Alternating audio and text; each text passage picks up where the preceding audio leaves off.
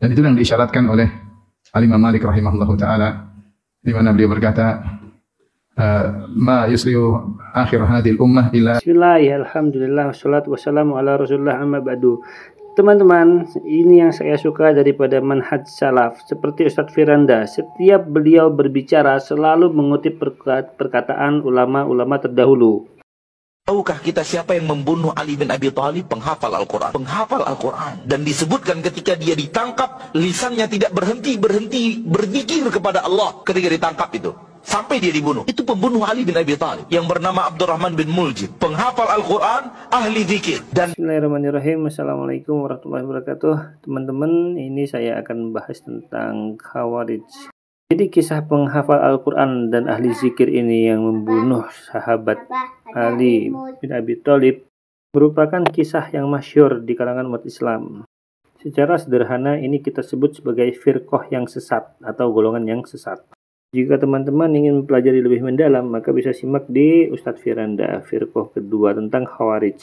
Jadi secara sederhana, kesesatan Khawarij itu adalah karena pada saat itu masih ada pemimpin. Ali adalah pemimpin yang sah waktu itu.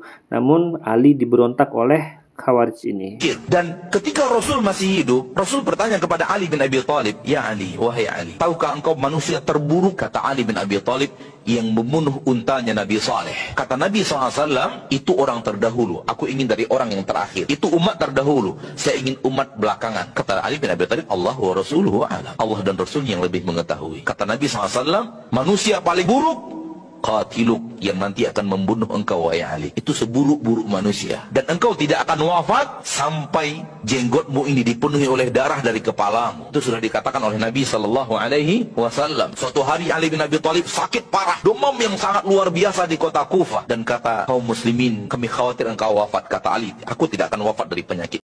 Jadi singkat cerita, wafatnya Ali adalah di tangan Khawarij. Sekarang kita coba lihat ciri-ciri daripada Khawarij. Khawarij yang Rasulullah sebutkan yang muncul di zaman Ali cuma dua sifatnya, mudah mengkafirkan, mudah membunuh. Kenapa mudah mengkafirkan? Karena bodoh. Baca Quran tidak ngerti, tidak tahu sunnah-sunnah Nabi sallallahu alaihi wasallam, bahlul ya. Dan kedua, mereka mudah membunuh, aksi ya. Inilah sifat utama Khawarij. Jadi contoh ekstrim ya, itu adalah Khawarij. Khawarij itu tidak mengikuti pemahamannya para sahabat. Sementara waktu itu masih ada sahabat Ali.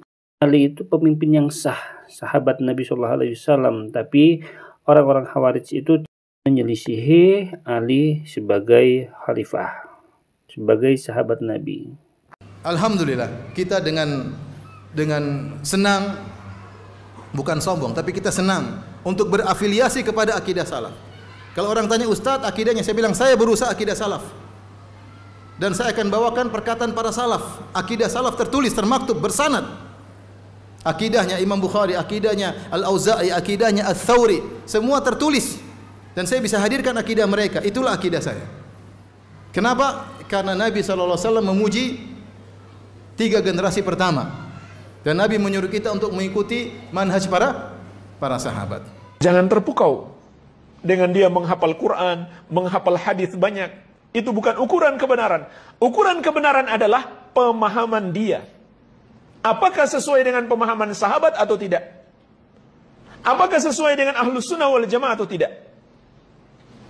Orang kalau tidak belajar akidah yang benar, begitu lihat hafalannya, Masya Allah, luar biasa hafalannya.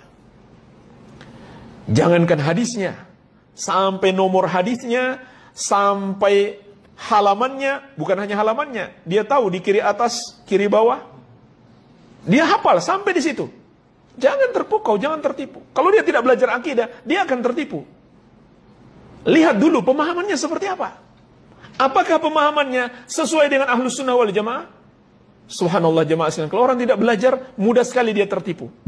Dan yang maksud dengan perkataan kita manhajus salaf, maksudnya para salaf adalah generasi awal dari umat ini.